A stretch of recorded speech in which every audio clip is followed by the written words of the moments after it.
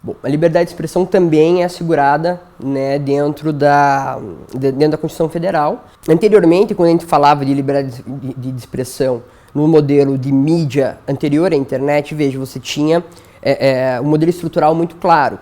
Você tinha o polo que informava, né, e o polo que era informado. A partir da internet, essa lógica, esse sistema se quebra, né? Onde hoje em dia, se você está no Facebook, por exemplo, e você reproduz um conteúdo, você já se confunde quem que está sendo informado e quem está informando, né? A lógica quebra. Então a liberdade de expressão ela veio muito mais à superfície depois disso. Hoje em dia qualquer um é um potencial formador de opinião, né? Então goza da liberdade de expressão. E o diálogo agora ficou muito mais complicado, onde você confunde-se, talvez, a liberdade de expressão com a própria liberdade de opressão, o discurso de ódio dentro da internet. Qual que é o limite disso, né? Então esses são novos panoramas que a internet abriu e que o direito às vezes está meio atrasado até para conseguir acompanhar.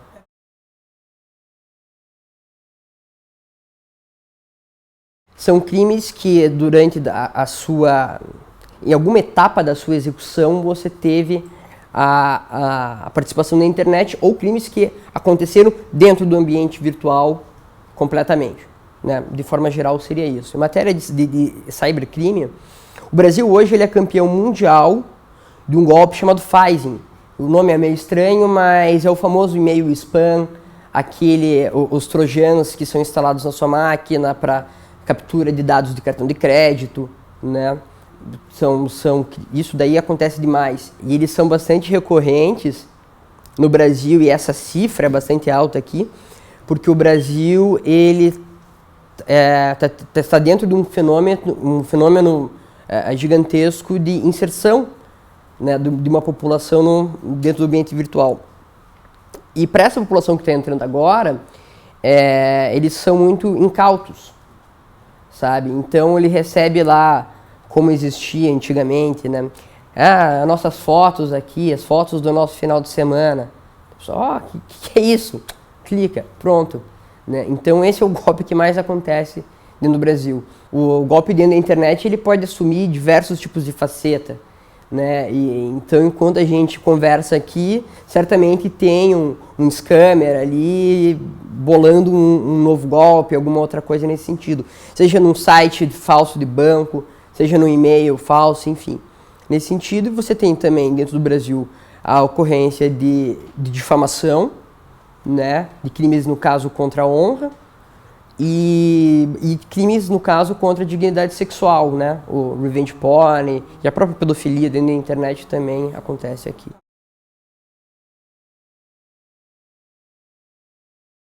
Geralmente, esse tipo de situação acontece no que a gente chama de revenge porn, né? Que enfim, relacionamentos acabam e, né, você entra naquela questão de vingança e tal.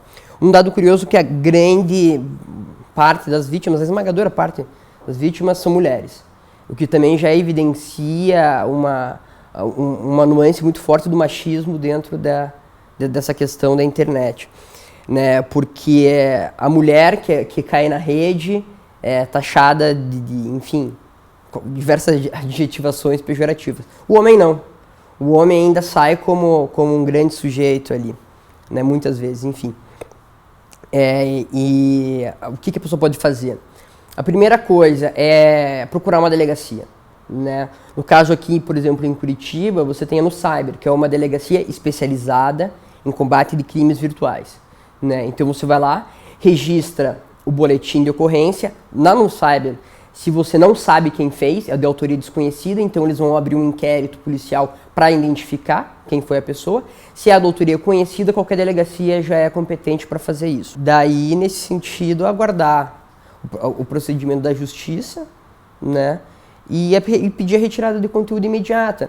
Nesse tipo de caso, o pedido de retirada extrajudicial, ele funciona.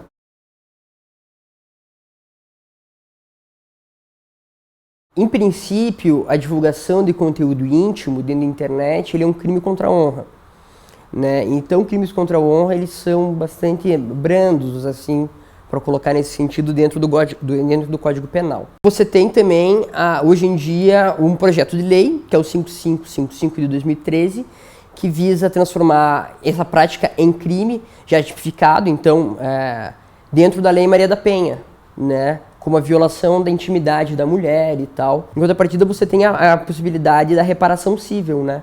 Que é reparação por danos, daí, e nesse sentido é bastante tranquilo você ter uma compensação.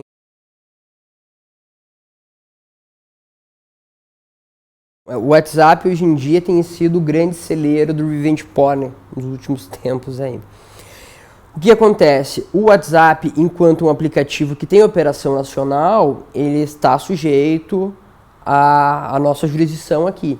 Então, hoje em dia você tem uma central, você tem uma empresa que opera dentro do Brasil, né, que gerencia o WhatsApp.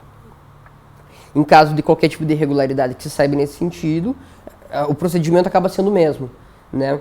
Uma coisa que é interessante para quando você for fazer, eventualmente, principalmente no WhatsApp, que você não tem um servidor fixo, você não tem um site, né? Ele é muito mais volátil ali, é você fazer, em caso de constatação de qualquer coisa nesse sentido, fazer uma ata notarial. A ata notarial ela é um meio de prova em que você vai até um cartório, né? E uma pessoa juramentada abre aquilo, pode ser até uma página de internet, que é o mais comum, e ele abre aquilo e certifica que naquele dia, naquele horário, ele abriu aquela página e faz com uma URL e tal, e ele é juramentado, então a assinatura dele tem presunção de veracidade, né? Tem fé pública. E então, nesse sentido, é uma forma de hoje você conseguir provar dentro do WhatsApp, porque o conteúdo dele é muito mais, né? Mas é extremamente complicado. Por exemplo, você tem a discussão, se eu recebi um conteúdo dentro do WhatsApp, eu não produzi o conteúdo, certo? Eu recebi e reproduzi aquilo, se eu incorro em crime ou não. Já entra dentro dessa discussão que ainda não foi maturada.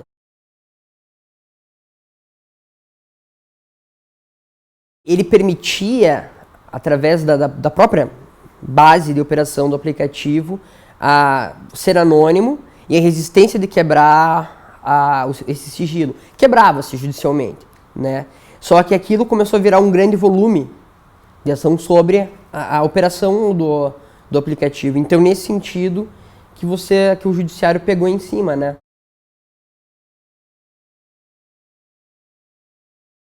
A responsabilidade pela tutela de qualquer atividade, não só dentro da rede social, né, de um menor em vista da rede, é dos pais. Então, justamente por isso que bate bastante na tecla, né, do acompanhamento do maior de idade, né, junto ao filho, dentro do tráfego na rede. Porque mesmo, por exemplo, quando a gente fala de revenge porn e pedofilia, grande parte da disponibilização de conteúdos eróticos de menores de idade são feitas por menores de idade, primariamente. Virou até meme, né? Manda nudes e tal, que tu acha que imagino que todo mundo já viu. Isso, claro, que afeta o menor. O menor não está alijado da sociedade, das tendências do que as pessoas estão fazendo. Eles fazem também, né? E então, grande parte das vezes, o próprio disponibilizador de conteúdo erótico infantil é um menor de idade. Então, você entra também na responsabilização dos pais nesse sentido.